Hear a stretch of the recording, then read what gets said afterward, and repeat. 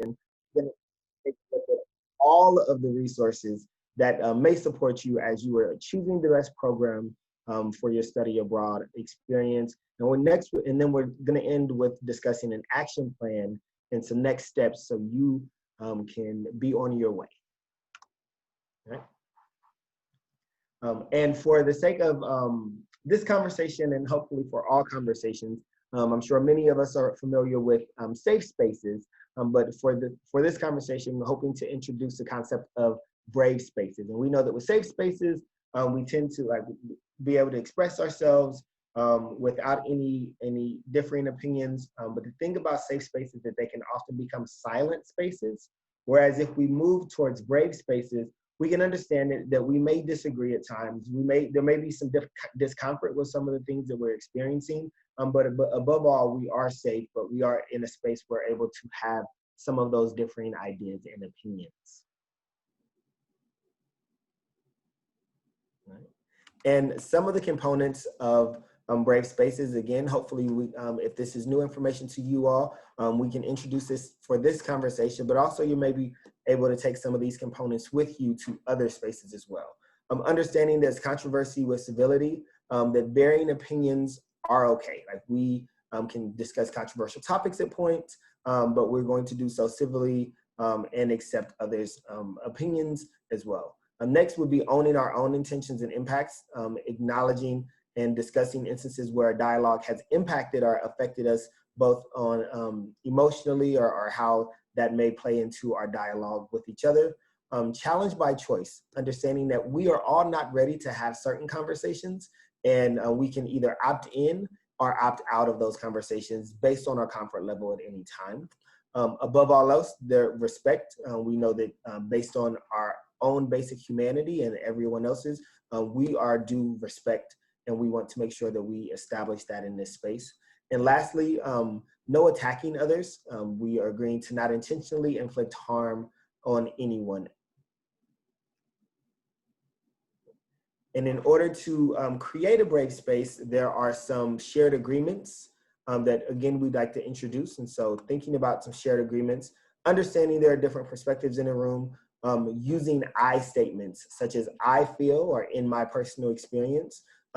I always like to think of these spaces as Vegas, so sharing and confidentiality. So there may be some great information or some great learning that happens, but we can remove any identifying characteristics when we tell those stories.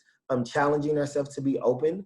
And so for the sake of this conversation, we may have heard some things about a country or about a program, but we're going to be open to all the dialogue that may take place here today. And lastly, actively listening and engaging with dialogue and others on whether we're expressing that openly and outwardly or quietly. And so I want to take a moment as we go through those. Can everyone agree to these, or are there any shared agreements that are missing, but you may want to introduce into this space? You could all give a thumbs up or something similar so we can move on. Wonderful. So Anna and Ashley are in the chat agreeing, and we have some thumbs up. I think we're ready.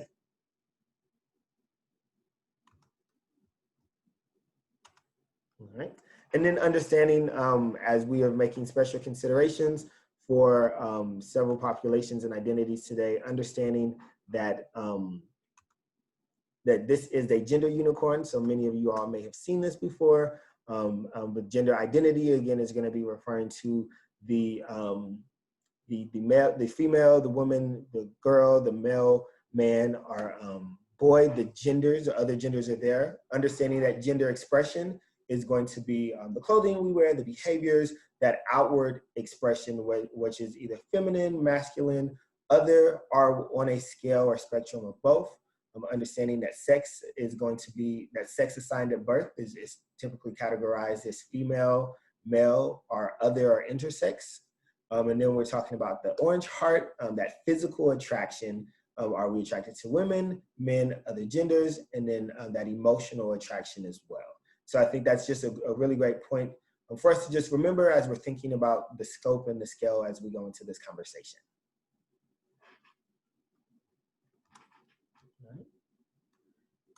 And then again, specifically as we look at the LGBTQIA Plus, we're understanding that we are really looking at this from a transgender, trans queer perspective, but again, all are welcome in today's conversation.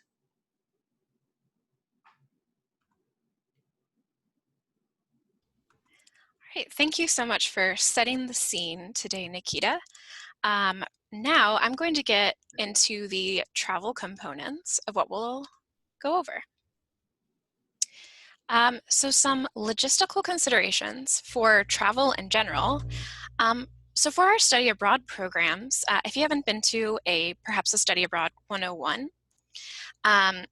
they do vary depending on the type. So thinking about if you'll be traveling in a smaller group, more insular, faculty-led, those tend to be shorter in length, as long as summer or sometimes a semester, versus those longer-term partnership or exchange programs. So with partnership programs, you'll be maybe the only person from ASU. You'll usually be with other students around the US, and that can be within a specific university or not. With those exchange programs, they're going to be with one of our universities that we work with. They will be very independent, and they're usually going to be longer. So semester term is the most common one. And because you're in an exchange university, you may be with other international students, you may not be. So feeling out what the group will look like when you go is usually very helpful. Another big thing is housing accommodations. So especially for our faculty-led programming, we follow the ASU policies for gender inclusive housing. And so this would translate, if you've already applied and received gender inclusive housing, that would translate into your program. But if you're going on an ASU study abroad program, you would need to talk with your international coordinator or advisor for that program about what that would look like and how we could accommodate that. And sometimes even single rooms are possible if that would be a more comfortable situation.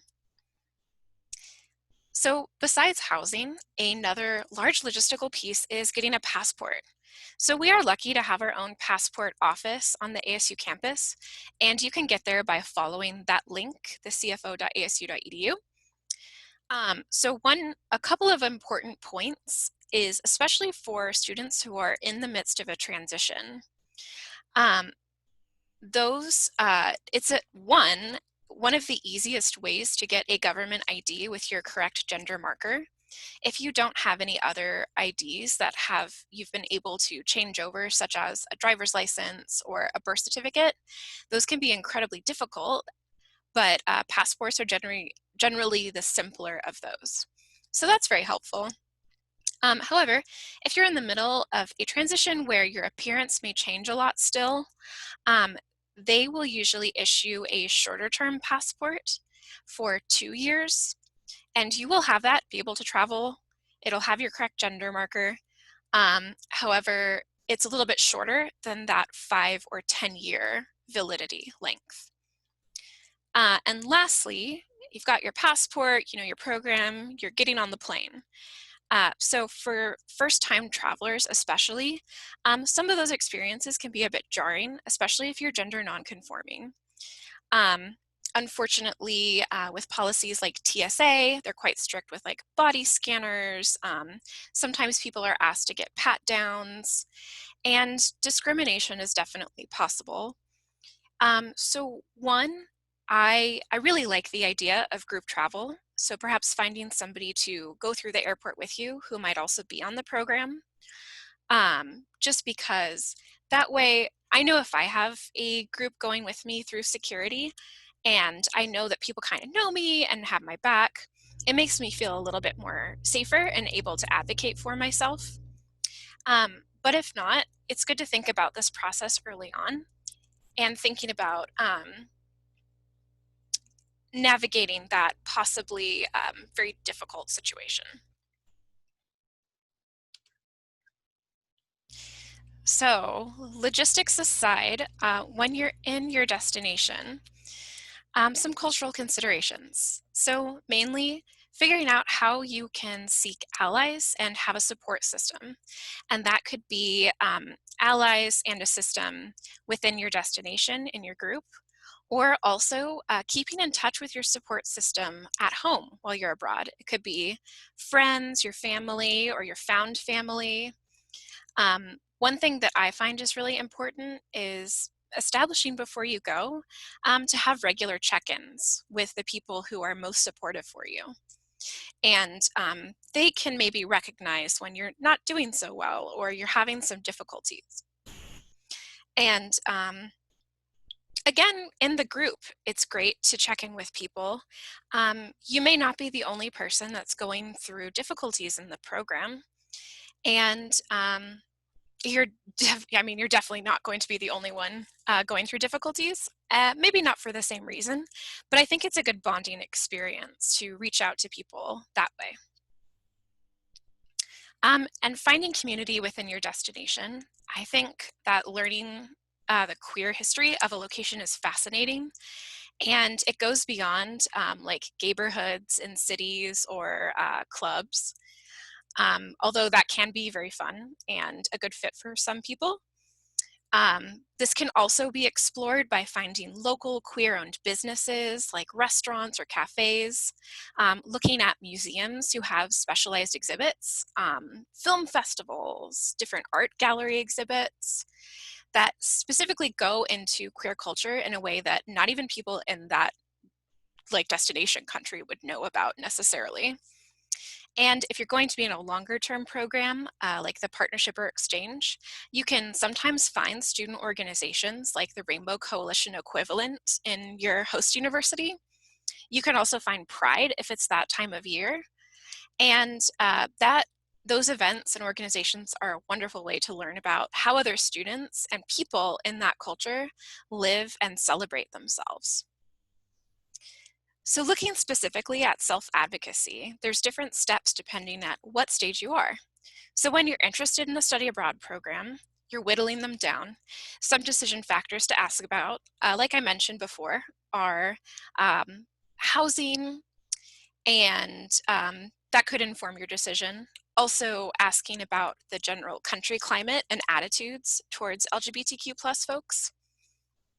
When you're applying to a program and you know like this one or these two are the ones for me, talking to faculty leaders if it's faculty led programming, or your point person for a partnership or exchange program, asking them about the destination, how you can find out perhaps about queer history and culture. If there's particular neighborhoods that group activities will happen in that are particularly queer friendly, where those will be, and to let them know your pronouns as well.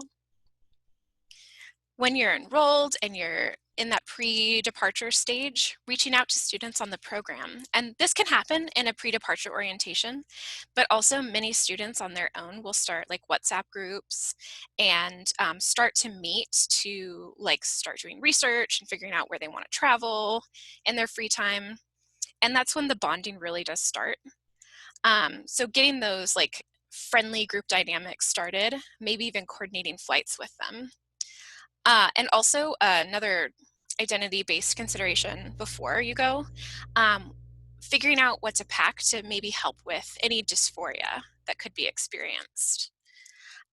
So for example, I want to make sure, I've got my binder all ready to go and packed and make sure because those are hard to find.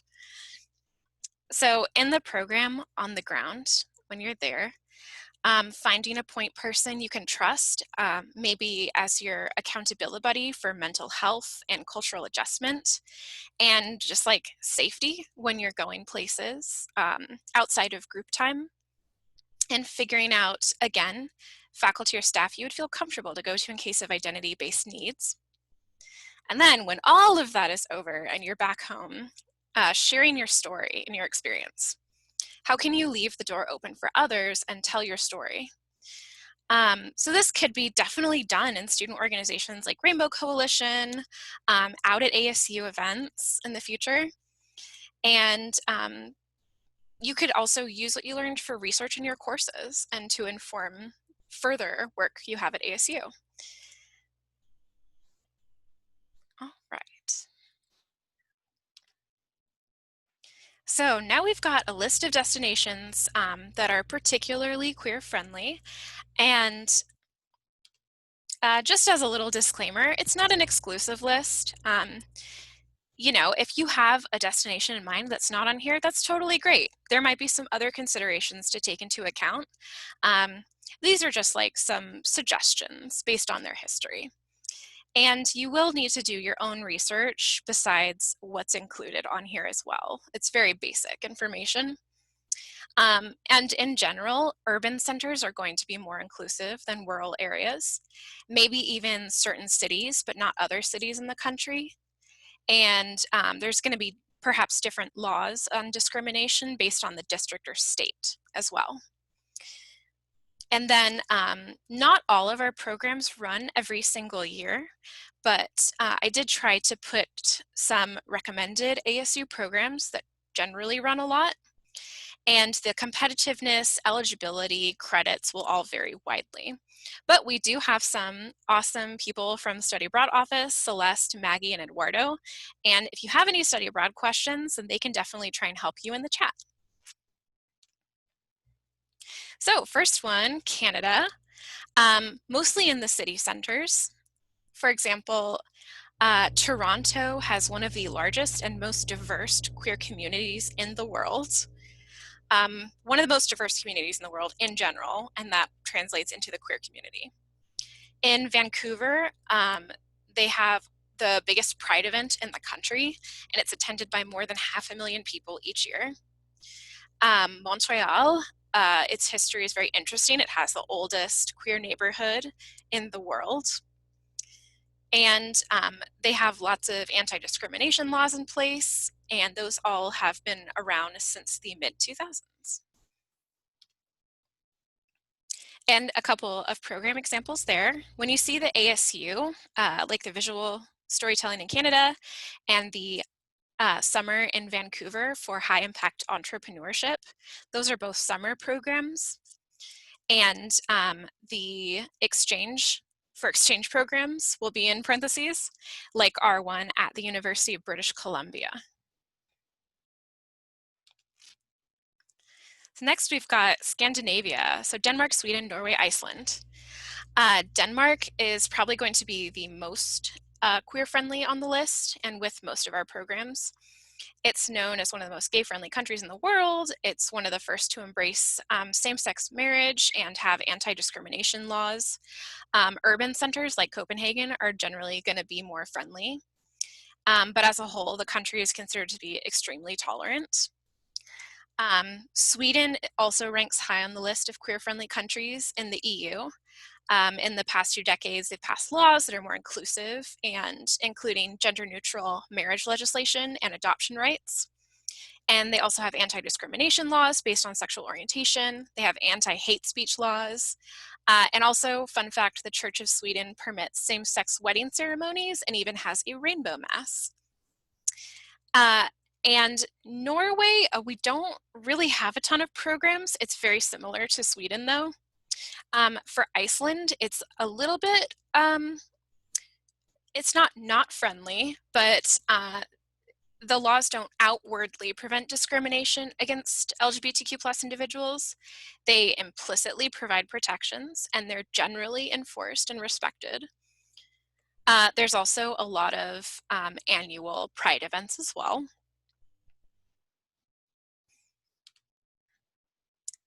We've got some examples there.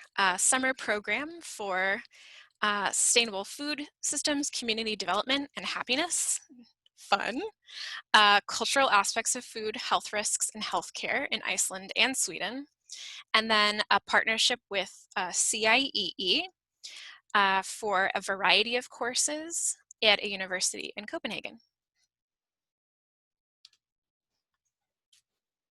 Next, we've got the Netherlands and Belgium. So as of 2001, the Netherlands became the first country to legalize same-sex marriage.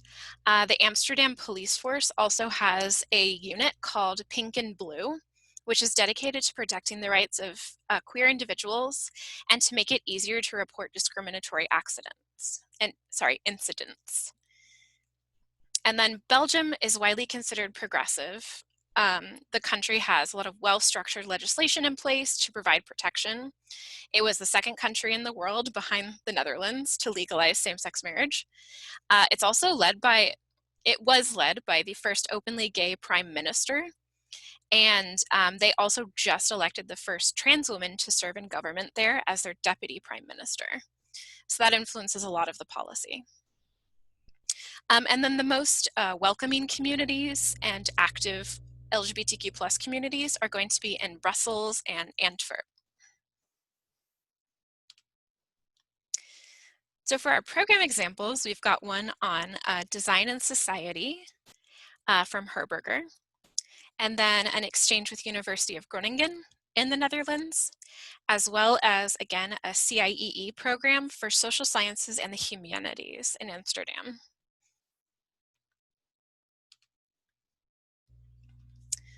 Portugal and Spain. So we don't have a lot of programs in Portugal, but I thought it was definitely worth mentioning. So they have a thriving queer community, especially in Lisbon, where they have a pride parade and an LGBTQ plus film festival. They prohibit discrimination against individuals. There are still some instances of discrimination, but generally Lisbon is a very friendly place. And then with Spain, they were the third country to legalize same-sex marriage. Some of the most popular and queer-friendly areas are going to be in Barcelona. They're recognized as the hot spot of Southern Europe for that. Also places like Madrid, Valencia, and Ibiza. And then even though the country is predominantly Catholic, the influence of conservative groups on social policy is not really as strong as other heavily Catholic European nations. For our program examples, we have a summer program, faculty-led, Spain Psychology, Social Science, and Culture. And then CAPA, a partnership with an optional internship in Barcelona for different terms. And then one with CIEE for language and culture at a university in Lisbon. All right, moving it on over to East Asia, Taiwan is considered basically the most queer-friendly country and progressive in Asia. So all same-sex sexual activity is legal. Same-sex marriage was just legalized in 2019. And then they have a huge pride held every year in Taipei. It's the actual largest pride in Asia behind, I think, Tel Aviv Pride in Israel. And basically it's referred to as one of the most liberal countries in Asia in general, but especially with LGBTQ plus rights. And we don't have that many programs in Taiwan, but we do have a couple of good ones. There is an urban sustainability in China and Taiwan, a partnership with Taipei University, and a National Taiwan University Exchange. And then that is also in Taipei. All right, New Zealand. So it is extremely queer-friendly place. Again, there are instances of discrimination and conservative attitudes in rural areas, but cities like Wellington or Auckland are very friendly. They painted their whole airport tarmac in a rainbow flag, so you know it is a friendly country as soon as you land on the plane. And the LGBTQ plus areas are still kind of developing a little bit, but there is a nice one in Wellington. Some examples, we have New Zealand Film Culture and Lord of the Rings summer program, a business life sciences, social sciences, and liberal arts for Victoria University in Wellington, and then a spring semester internship that is faculty-led. And then last but not least, we have Argentina. So it's reported to be the most queer-friendly destination in South America. It's actually where tango originated, which is often done with same-sex couples.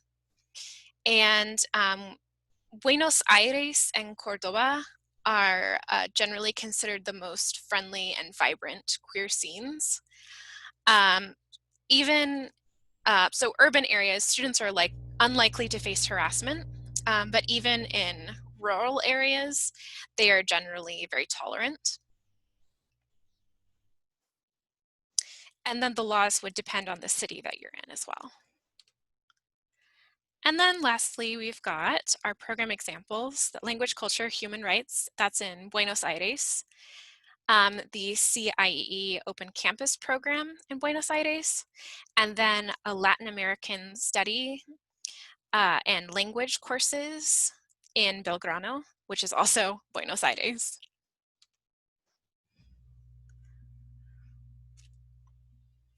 All right, so some other resources to consider. I think Nikita can take it for health and safety considerations. And before we go into resources, I know that we just went over lots of information with programs and different countries. Are there any questions?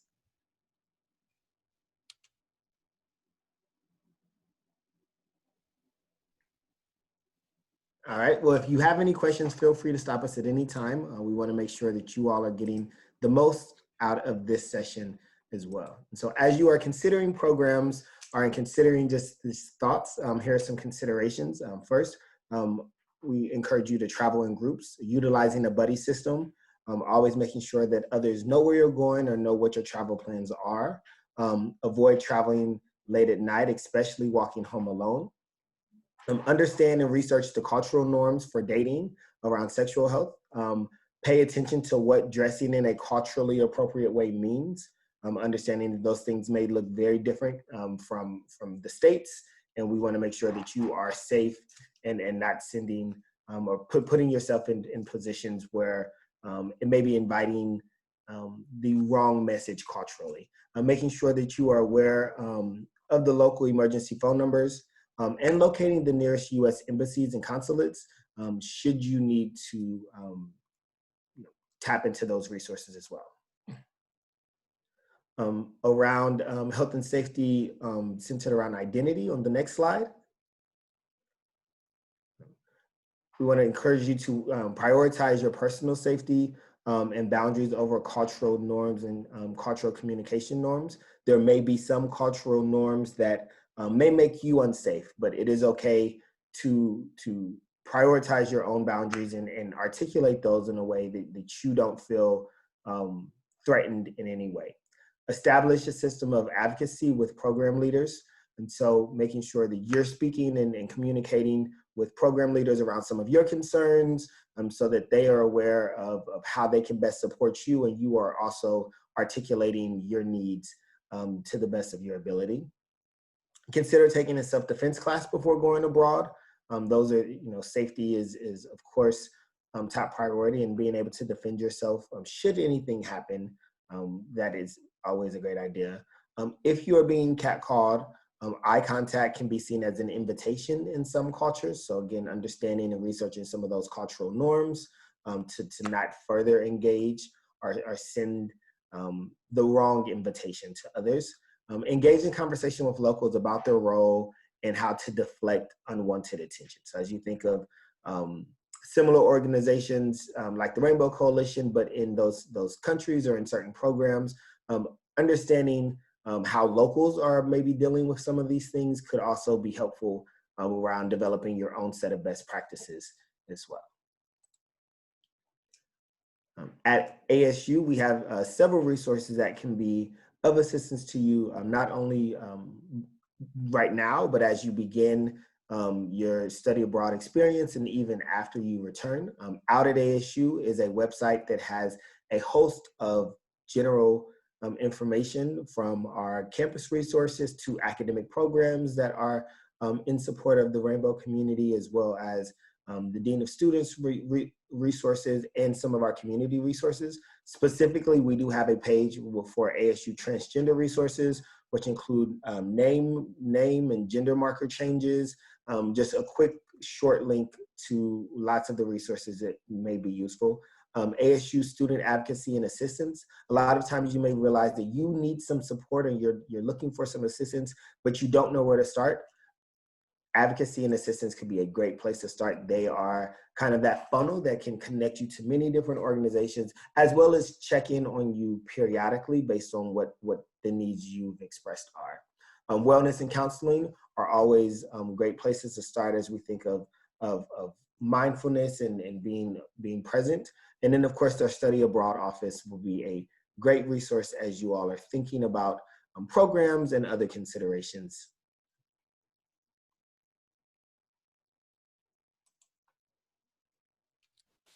Thank you, Nikita. So now I will take you on our main resource page for supporting LGBTQ plus students. And there is a QR code if you'd like to get there on your phone. Otherwise, I will have it up on the screen. And it's got, I think, our most important information when talking about a lot of what we've talked about today, but as a resource you can go to again and again.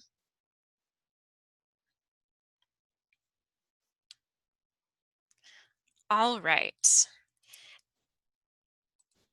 And has everybody had a chance to, oh, I can also put it down in the chat as well.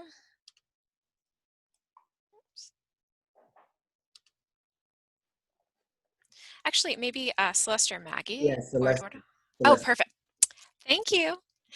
So like I said before, this is kind of what we're covering in this presentation. So considerations are researching the climate of your host country, looking at the special considerations tab, which we will get to, looking at some travel guides and vlogs to figure out what the social perceptions are. And these are sort of further down here, questions you may want to consider, research, and ask about. I would actually find this helpful if you have a journal or you'd like to free write some of them out. I think it's a good exercise for answering each of these questions if you're particularly interested in a country.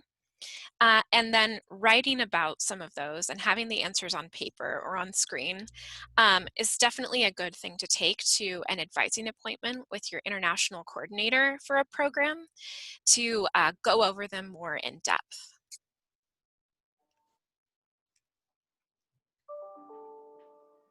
So besides the actual like laws on paper, whether they are usually exercised or not by the government of that country, there's also some more open-ended reflections. I think those are also good to write about as well, whether you want to share or not with an international coordinator or an advisor, but just really good things to reflect on. Often, definitely early in the process, but often in the process to recheck in. Especially about medication supplies or services in a transition as well. And we do have, for like medications, we will have specific resources for our travel insurance to help support answers for that. And then some general logistical travel tips, some of what we did talk about in the presentation, but also, you know, general traveling safety tips as well. And public displays of an affection is another point that would be good to think about, depending on the culture.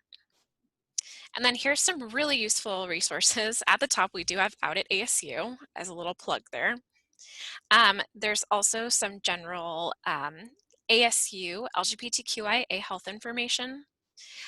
These study abroad related resources are, these are actually from our Sun Devils Abroad blogs.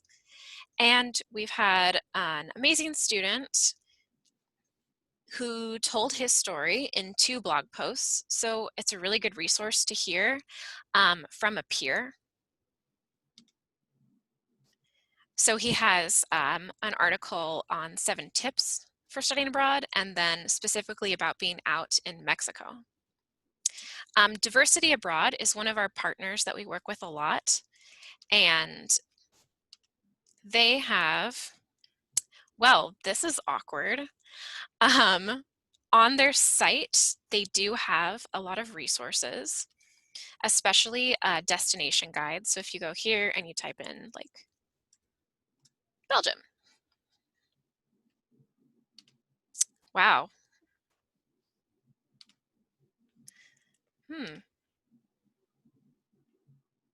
There it is. So lots of resources on here, and you can search around specifically for LGBTQ plus related items. So here's one on being LGBTQ plus in Spain, for example, and it's a student's also perspective of their experience.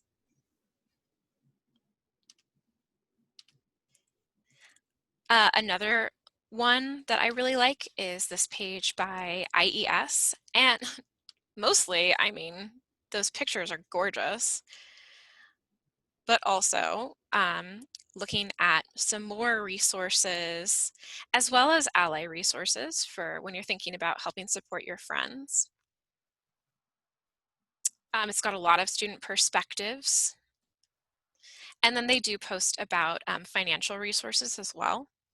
But there's so many stories out there that can help give you a little bit of insight.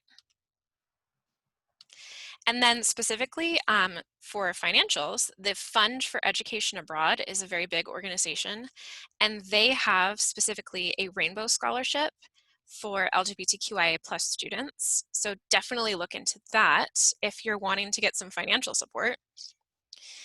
There is also the ILGA, and their main way that they are very helpful is they have a map of sexual orientation laws, and it's where you can go and,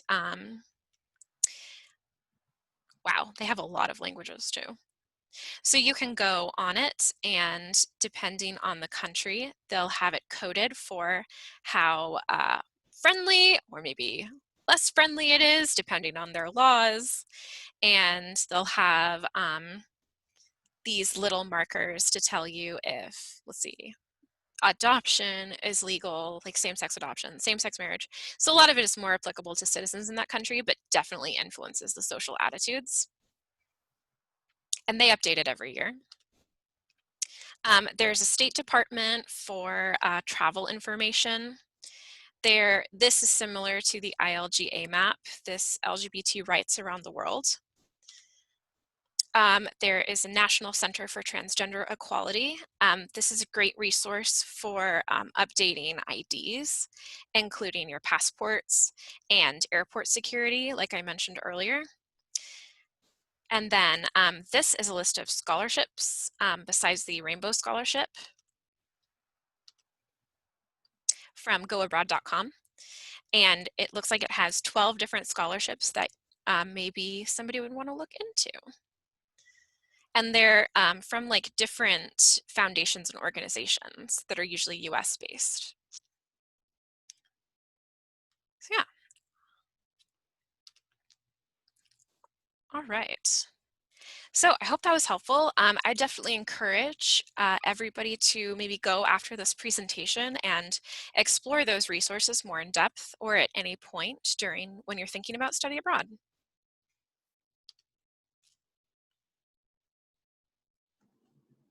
Additional support on the Study Abroad office website is the Special Considerations tab. So on here, it's going to have some information around, to support the LGBTQI plus students studying abroad, as well as gender identity. So there's going to be considerations that will be helpful to take a look at as you are going through the application process for what that may mean for your many identities.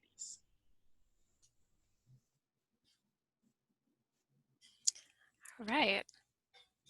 All right. And so now that you all have gone through and we covered lots of information, um, here are some steps that to consider. So have you gone to Study Abroad 101? If not, that is your next step. If so, congratulations, and now we're further along in the process. But I guess maybe by a show of hands, if you have gone through Study Abroad 101, maybe by a thumbs up to could maybe be helpful for our staff to know.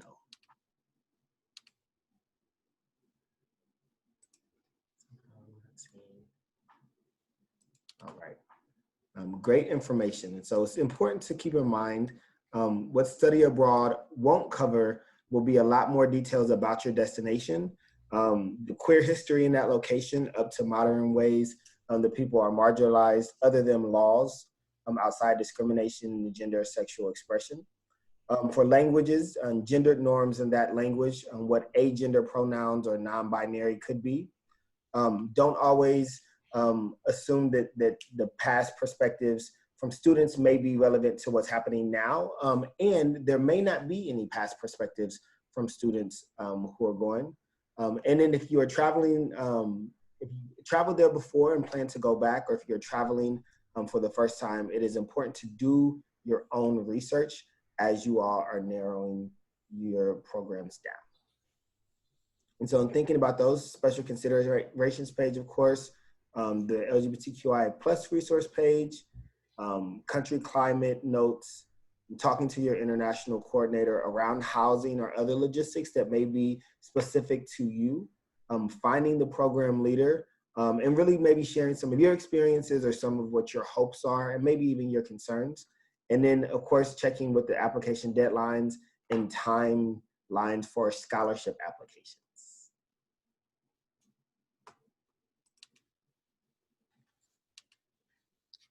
All right, with that, we would like to thank you again for coming and sharing community with us today.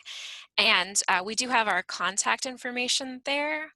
And now, since we've got some time left, if you want to ask any questions in the chat, or you can definitely feel free to turn your mic on and ask us live.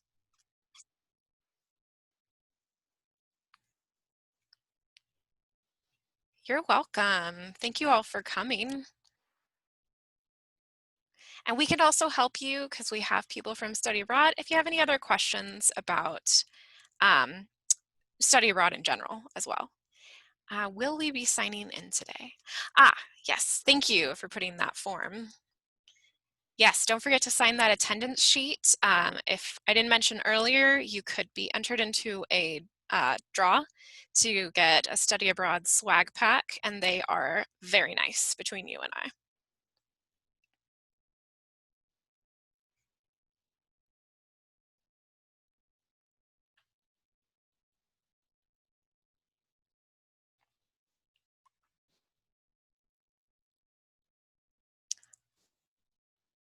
Awesome, awesome.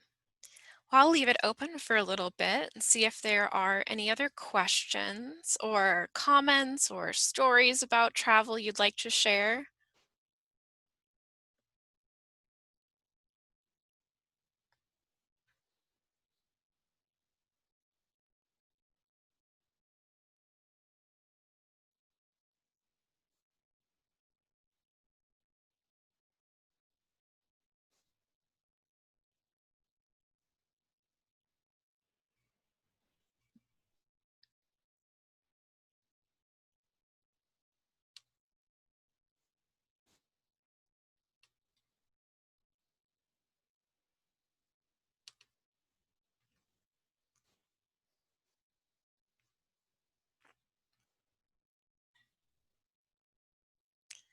See, Max asked, will this PowerPoint be available? Yes, so we are recording the presentation today, and we'll be putting that video up on our workshop page where you registered. And if you want to email me, I'm happy to send the slides to anybody. So yes, definitely.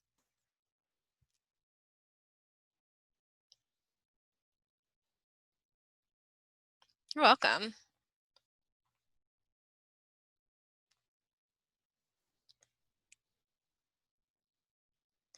All right. Well, I think if everybody's good, then I'm gonna let y'all go. Enjoy the rest of your week. Happy again out at ASU week.